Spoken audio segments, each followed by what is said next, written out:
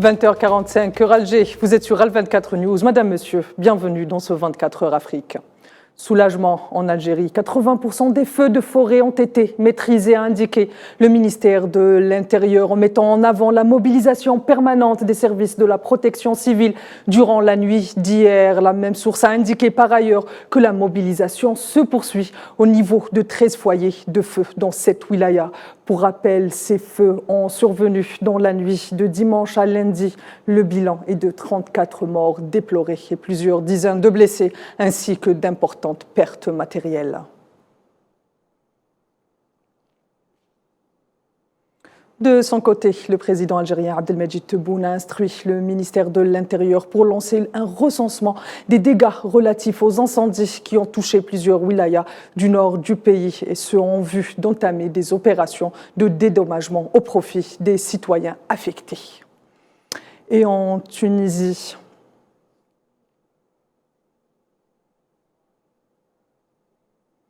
un incendie s'est également déclaré dans la forêt de Miloula, détruisant environ 8 hectares de forêt, selon un bilan provisoire des autorités. Ils ont également indiqué avoir évacué la zone sinistrée. Ce n'est pas la première fois donc que la région du bassin méditerranéen fait face à une vague de feux de forêt.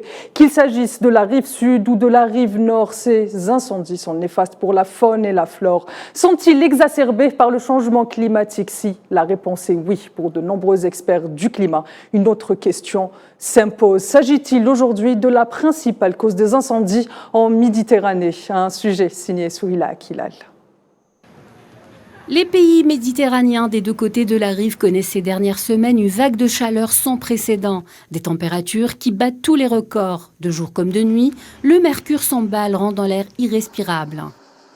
Tous ces ingrédients météorologiques réunis mènent inexorablement à la multiplication des départs de feu. L'été 2023 est bien parti pour être l'un des étés les plus chauds que la planète ait connus. Les pays nord-africains, à l'instar de l'Algérie et de la Tunisie, luttent ces derniers jours contre des incendies ravageurs qui ont détruit des hectares de forêt et coûté la vie à des dizaines de personnes.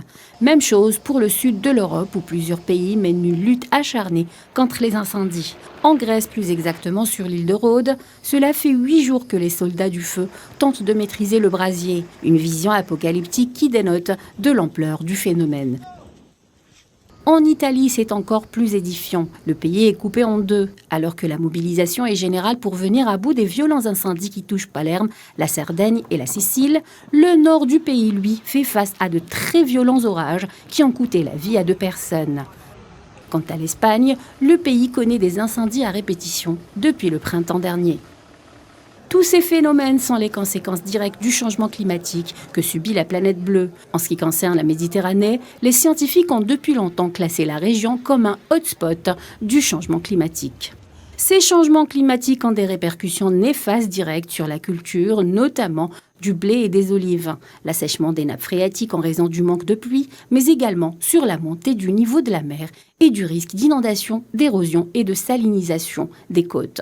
Selon le chef de l'Organisation météorologique mondiale, la réduction de la consommation de combustibles fossiles est la clé pour inverser la tendance négative du changement climatique. Vous l'aurez compris, l'homme est responsable du réchauffement climatique et les effets que nous subissons aujourd'hui sont bien partis pour s'installer dans la durée, voire s'aggraver. Sauver notre planète implique dès maintenant la modification du système mondial de consommation, en ayant recours à des sources d'énergie plus propres, telles que l'énergie éolienne et solaire.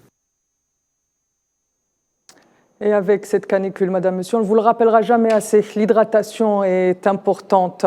Cause Sahraoui, à présent, avec le dossier de l'accord de pêche avec les pêcheurs européens. Le Front Polisario a renouvelé mardi son engagement à délivrer des autorisations directes aux pêcheurs européens afin de reprendre leur activité suspendue dans les eaux sahraouies suite à l'expiration de l'accord de pêche entre le Maroc et l'Union européenne étendu illégalement, rappelons-le, au Sahara occidental occupé. Dans un communiqué, le Front Polisario a rappelé que l'accord de pêche Union européenne-Maroc est arrivé à terme le 17 juillet, traînant de fait l'arrêt des activités de pêche dans les eaux territoriales sahraouies. Et c'est à la dette extérieure que le Maroc a recours. Une nouvelle fois, pour combler ses trous budgétaires, la Banque mondiale a révélé qu'elle prêtait au Maroc 350 millions de dollars pour faire face à l'aggravation de la crise de la pénurie d'eau. Selon bon nombre d'observateurs, cette pénurie s'est aggravée par l'intensification de la culture de l'avocatier gourmand d'eau. Dans le royaume, la sonnette d'alarme a été tirée par le Front social et le Parlement, pointant du doigt les accords entre Rabat et l'entité sioniste dans l'agriculture de l'avocatier. Par ailleurs, la Commission financière internationale a averti que le Maroc approche de la limite absolue de la pénurie d'eau qui pourrait entraîner de graves catastrophes économiques et sociales. Et dans le dossier libyen, en marge du sommet sur les systèmes alimentaires, le secrétaire général des Nations Unies, Antonio Guterres, et la chef du gouvernement italien, Giorgia Meloni, ont eu un échange en vue de la situation en Libye. Et de son côté, le chef de la diplomatie algérienne, Ahmed Attaf, a reçu la sous-secrétaire d'État américaine, Michelle Sisson.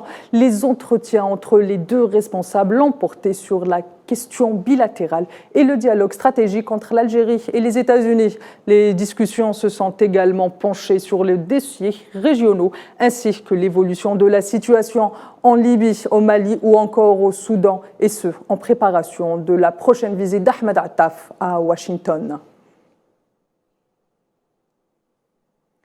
La communauté économique des États de l'Afrique de l'Ouest, CEDEAO, s'est félicitée de la promulgation de la nouvelle constitution du Mali, décrivant une étape cruciale pour le retour à l'ordre constitutionnel.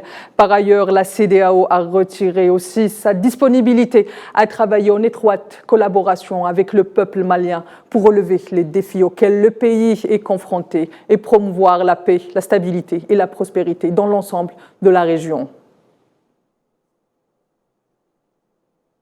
Au Soudan, la situation humanitaire n'en finit pas de se détériorer. Pris au piège au milieu des combats et des chaleurs saisonnières, le manque d'eau et d'électricité fait passer au Soudan l'une des pires saisons d'été de leur existence. Safwan Ben Sabri. Port-Soudan, nord-est du Soudan, des enfants autour d'une glacière qui vante de l'eau, une denrée devenue rare en cette terre particulièrement inhospitalière. Un peu plus loin, deux seniors viennent remplir leurs bidons. L'eau est désormais une préoccupation majeure du quotidien des citoyens soudanais. La guerre continue de faire rage au Soudan. Les civils subissent de plein fouet ses répercussions dans leur vie quotidienne. Le manque d'eau est accompagné par des coupures d'électricité plongeant la ville dans le noir. Cet été a commencé tôt. Il y a une pénurie d'électricité. Un jour, il y a de l'électricité, puis celui d'après, il n'y en a plus.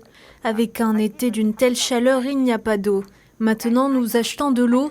Nous devons aller là où l'eau est vendue. Ceux qui la vendent disent que l'approvisionnement en eau va reprendre, mais il n'y a pas d'eau. Nous attendons. Que pouvons-nous faire d'autre ?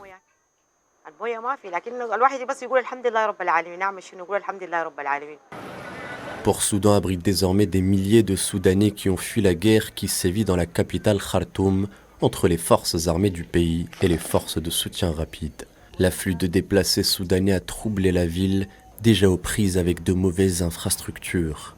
Le sort s'acharne sur ce pays de la Corne de l'Afrique où les températures ont atteint un niveau exceptionnellement élevé de 52 degrés. Diplomatie avec les relations entre l'Afrique du Sud et la Chine. En effet, Pékin réaffirme sa volonté de pousser ses relations avec le pays à un niveau supérieur et à étendre la coopération à de nouveaux domaines lors d'une réunion avec la ministre sud-africaine des Affaires étrangères, Neldi Pandor. Le chef de la diplomatie chinoise, Wang Yi, a déclaré que le mécanisme des BRICS est la plateforme la plus importante pour les représentants des marchés et des pays émergents et un levier important pour promouvoir le dialogue et la coopération dans un Sud globalisé. Madame, Monsieur, c'est ainsi que s'achève ce point de l'actualité africaine. Je vous donne rendez-vous demain. L'info continue sur l'ensemble de nos plateformes digitales. Excellente soirée sur Al24 News.